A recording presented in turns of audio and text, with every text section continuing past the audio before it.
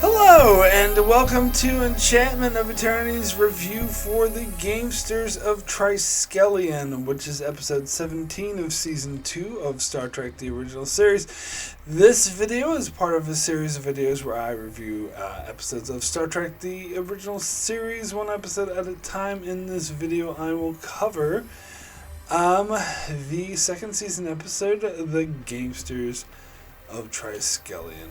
So the Gamesters of Triskelion is the episode where Kirk, Uhura, and Chekhov are beaming down to a planet, or hijacked and taken to this other planet called Triskelion, where they are enslaved and forced to fight in these arena games by these bodiless entities called providers. And eventually, meanwhile, Spock is searching for them and going off on what McCoy calls a wild goose chase across the galaxy, searching for them.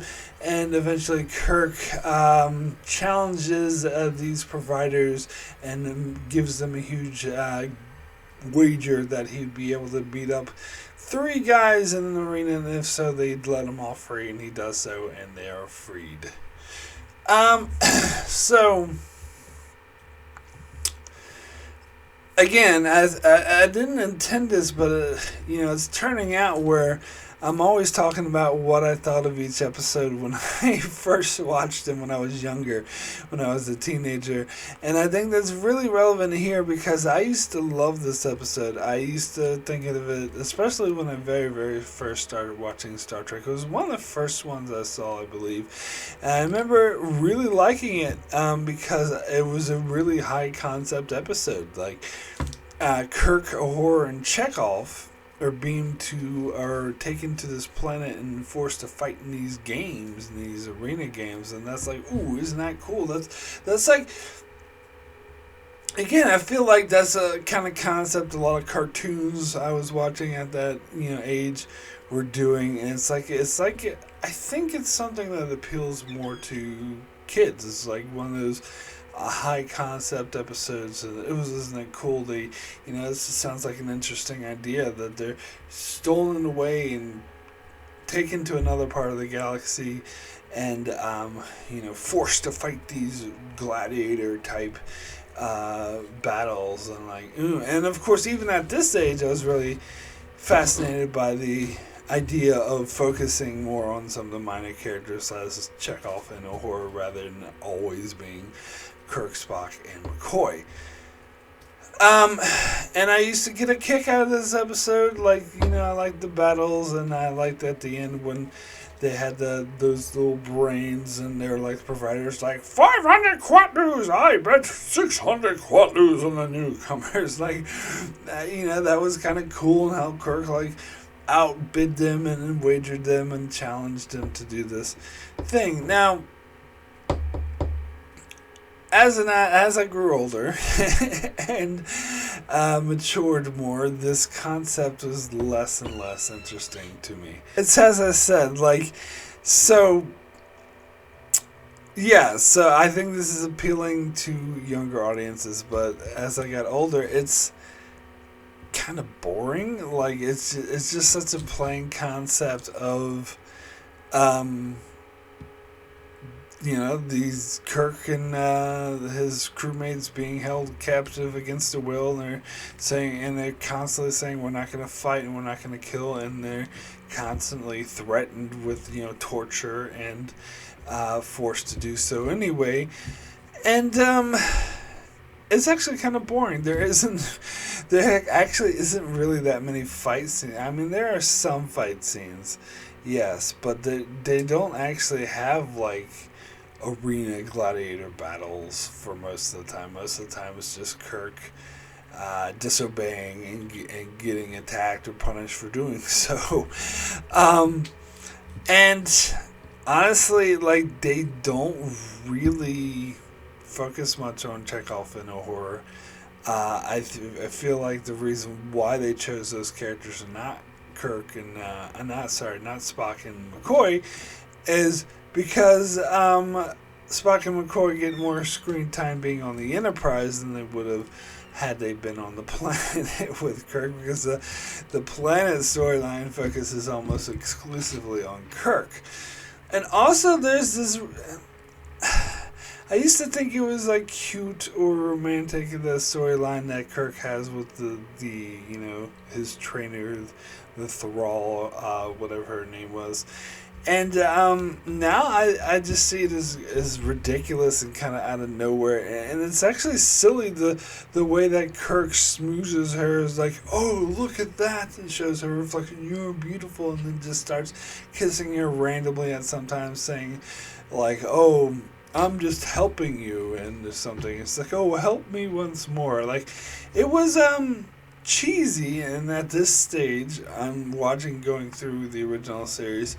I'm getting sick of these stupid romance subplots they have to have in every episode. They have to have every single woman that appears go goo-gooing crazy over Kirk. Now there are some things I still do like about this episode. Like, I do like, think the concept that the provider's going 500 Quatloos. Like, that's still that's still kind of cool. And yeah, and I actually do kind of like the character of Kirk's love interest. Like, they portray her with a bit of a naivete that kind of rings true, and it's still kind of interesting, somewhat, how their relationship develops. But yeah, for the most part, it just doesn't work.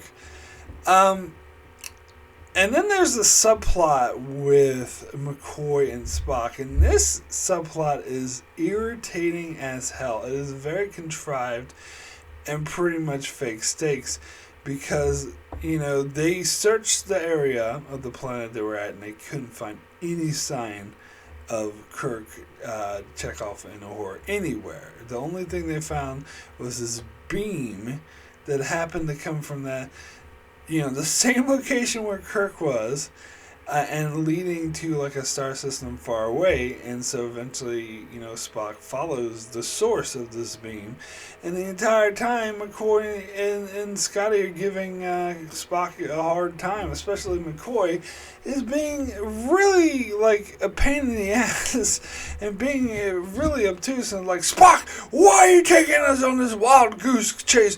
Why don't we go? And at one point, like, Spock even asks, like, Scotty is like, can you give me warp 6? And Scotty is like, but I don't want to. I think we've gone too far already. Like, why are they complaining about going so far? Because they already did a thorough search of the planet. By the way, the planet they were at was like hostile to human life, so there's no way that Kirk would still be alive if he was on that planet. And they've already did a absolute thorough search. The only breadcrumb that they have is this beam, and the beam is actually that's a pretty significant clue, and that's the only source of light, source that they have. And so Spock is absolutely correct for following this, and he tries to explain that it's the only logical solution, and yet McCoy is like, this is some wild goose chase, how dare you, Spock, why are you taking us all the way over here, and Scotty even refuses to give him warp. Why why don't they just let Spock go to his source, especially at this point when they're almost there? Like, why don't they let Spock investigate this? What are they losing by investigating this? Nothing. They're not losing any time, because they already did a complete thorough search. So, like, what else are they gonna do? Like, McCoy's like, oh, let's go back to the planet and look for some more, but they pretty much already ruled it out, and this was the clearest like sign that there was something, and it doesn't hurt them at all to just let Spock do it. And yet, even if they think it's a false hope and it's probably not going to turn anything up, why not just let Spock investigate? They lose nothing by doing it. And yes, yet the whole entire time, McCoy is like nagging Spock, why are we going here? Why are you doing this? Why are you doing this? And even Scotty teams up. And eventually Spock has to be like, look, we're going to go investigate this. And he like leans forward and they lean in, and he's like, unless it's your intention to mutiny. And they're like, whoa, Mr. Spock, I never said anything about mutiny. And I'm like, yeah, but you've been bitching and moaning the entire time. And Spock made it clear that these are his orders. And I'm like, well, I'm not going to do it. That's very close to mutiny. So,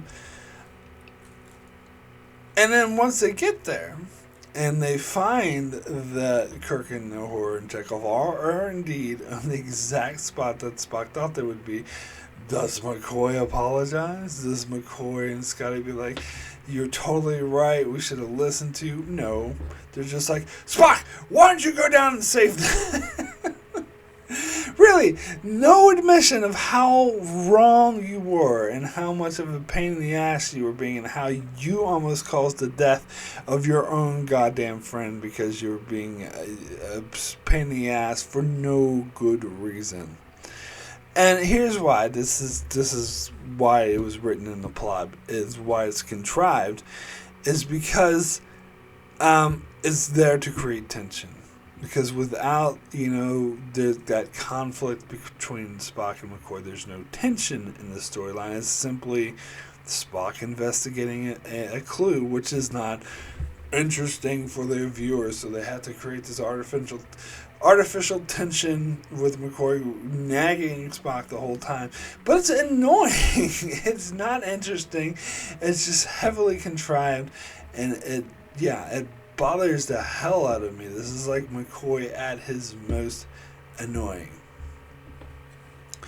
Now, a few other things about this episode. There was this scene, another like really contrived moment that I really don't like is when Kirk, Chekhov, and Uhura first brought into their chambers and their drill thrall instructor or whatever. And of course, Kirk is a hot chick, but Uhura gets this like really burly, man who, when he first meets her, it's heavily implied that he is sexually assaulting her. But we don't see it on screen. We just see like their shadows, but we hear the voices, and it really sounds like he's like, "You cannot resist me. It's against the rules." And she's like screaming and yelling, and then Kirk like freaks out and is like, "What's happening to Lieutenant Uhura?" And I like it's funny because the way he says it, like he's in such a panic. He calls her like Lahora or something. He's like, "What's happening to Lieutenant Uhura?" And he doesn't even say her name right. But then we cut to a commercial break, and we get back from the commercial break, and they're fine. There apparently is no sexual assault. There's just the guy in the horror just standing there, perfectly okay, and he's just like, well, you shouldn't refuse me or some bullshit. I'll be back later, and just takes off. So again, that was a fake out to create tension when there wasn't really any. Or it turned out all fine, nothing was going on, and they heavily implied a sexual assault when apparently they were just standing there talking. So, yeah, that's wrong to use the possibility of sexual assault just to artificially create tension. It really does not sit right with me, that whole scene. And then, speaking of these fake commercial breaks, there was one where Kirk was,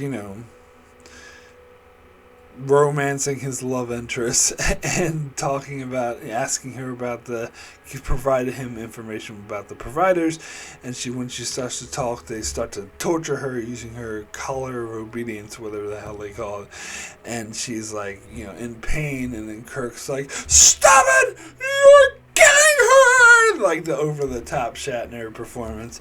And then they cut the commercial break, and then they come back, and then she's still being and Kirk's like, stop it and do me instead, and he's not as like freaked out, and then they just stop it and that's it. So again, they're artificially like creating like this tension while they cut the commercial break. When they come back and everything's fine. So this episode does that several times, which is kind of cheap. And then the fight itself. Okay, so I mentioned this when I covered Amok Time, because Amok Time's famous for that music, that dun dun dun dun dun dun dun dun dun dun dun. But in fact, when I was a teenager, when I first started watching Star Trek, I never associated that with Amok Time. I associated with this episode because, as I said, this was one of the first episodes I saw. And it was one of my favorites, actually. Liked this better than Amok Time. And to be fair, they do play this music a lot in this episode, where Amok Time was kind of just at the ending scene, and maybe that's why I caught this first. And I didn't know, of course, at the time that Amok Time was the first appearance of the music. I just saw this episode and how they played this music a lot. And I think I'll probably notice this as I go through the rest of Star Trek. I think there's probably not any other episode that played this music as much as this episode does. I think it probably plays it the most. And yeah, and also, as I said, I used to like this episode, but now not so much. And so in later years, I do go to associate that music more with Amok Time, because it's a better episode mainly. And this is and so you feel the tension, the stakes with Kirk and Spock fighting, where here it's just like these stupid arena games that don't really go anywhere, do anything. Okay, and then alright, so then there's the final fight where Kirk, has his big wager. Also, the whole scene at the end with the, the little brain thing is where he, meets them and they're like, 500 Quatlus, and Kirk, like, talks them into, like, putting this huge wager where they'll have to set everyone free and raise them to create their own society. Or, the Enterprise crew and everyone will be used as slaves and will be enslaved in these games for the rest of all of their lives. Now, I felt like that's pretty unfair of Kirk to wager everyone's freedom on his fighting skills. But to be fair, like, the alternative was they were going to destroy the Enterprise. And I know he wanted to make this wager enticing for them, and he's showing how much of a gambler he is, but still, I don't know. It seems kind of unfair of him to, without even talking to him or asking them, to risk all of their freedoms on his fighting skills. But anyway, then you get to the ending, the big fight where he had with 3 against 1, and they were very clear about the rules. Like, this fight is to the death. If someone is just injured, then they're replaced by someone else. And of course, this does happen with this Andorian gets injured, and then Shauna, that's her name, Kirk's love interest, has to come in, creating a huge thing with, oh my God, Kirk and Shauna they were lovers, now they have to fight. And then Kirk gets the better of her, and she just surrenders. But isn't that against the rule? The rule said nothing about surrendering. It said it was to the death. But I guess the Gamesters don't give a shit about their own rules, I suppose. Like, if she was just injured, shouldn't she have been replaced by someone else? I don't know. But also, like, when they did fight, when Kirk and Shauna did fight, they were just like, they were playing that, intense music, but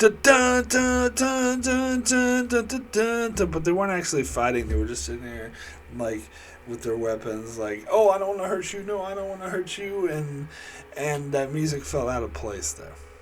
I thought it felt like they were, ooh, look at this tension, but they're just sitting there going, there was no actual fighting going on, but whatever.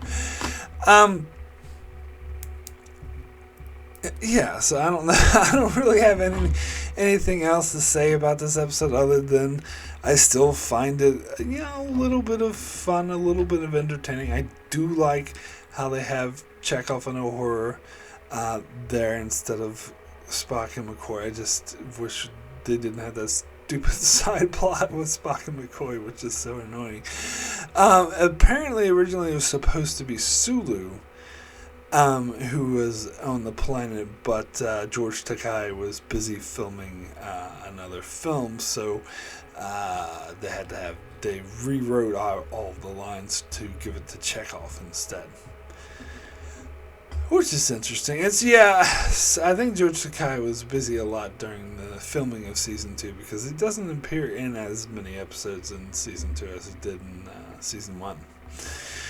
But, anyway, so now's the time where I thank all my Patreon supporters for supporting me on Patreon. Of course, it's very much appreciated. Really helps me going. Helps the channel go, and I just really appreciate it. So, thanks to my Patreon supporters, Kyrie091, Ricky, Matty Jester, Joel Lavals, Brian A., Alessandro Miguelicio, Norman Buchwald, Stephen Kennedy, Britton Berg, Allison Fordyce, and Brandon Neal Howes. Thank you all so very much for your support.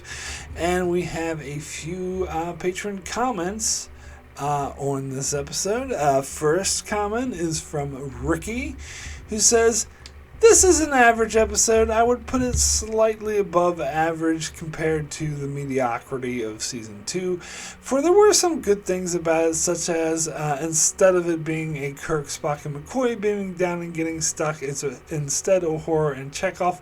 And I always like when the minor characters have more to do. Also, the scenes in which Kirk negotiates the challenge terms with the alien brains were quite interesting and a bit funny of their appearance. But the story isn't that great, as it's the crew being in prison and being challenged, which they did several times already, and the whole Kirk romance with the chick was not the worst romance, but the dialogue halfway through the episode was so incredibly cheesy and cringeworthy. Oh yeah, and I forgot to mention when the stranger approached Uhura, there's a big commotion, and Kirk sees this and he says, "What's going on with Lieutenant Uhura?"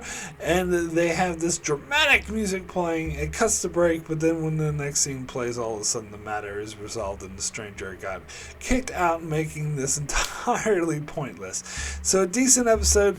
My rating is a 6 out of 10.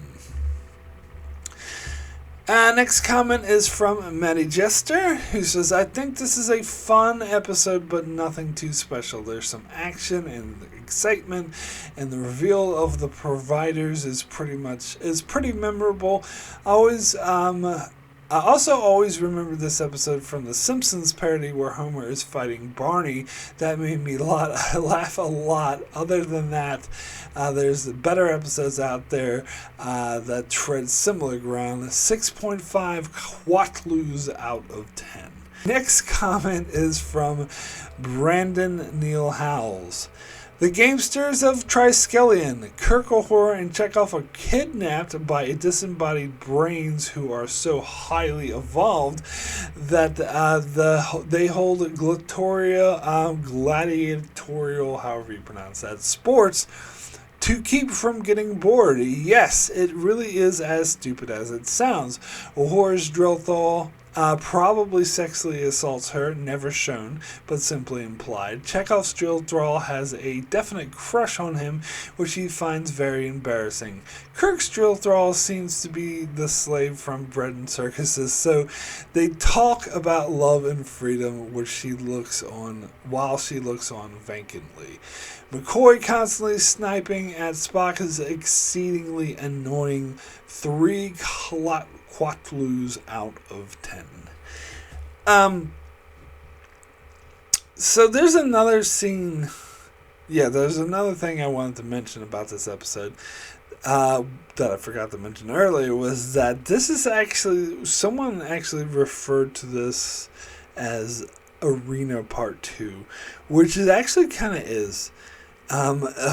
Just repeating the same thing Arena did, because whereas in Arena the Enterprise crew watched and some highly evolved alien put on screen so they could watch Kirk in this fight, and whether or not Kirk won the fight would determine whether or not they all died or the Enterprise was destroyed. And that's the exact same thing that happens here. The provider is like, we'll let you watch. So everyone in the crew is, sitting there watching TV or watching the view screen as Kirk is fighting, and if he loses, they're all enslaved. So they're just repeating the same thing they already did in Arena, and so it's actually quite similar to that episode.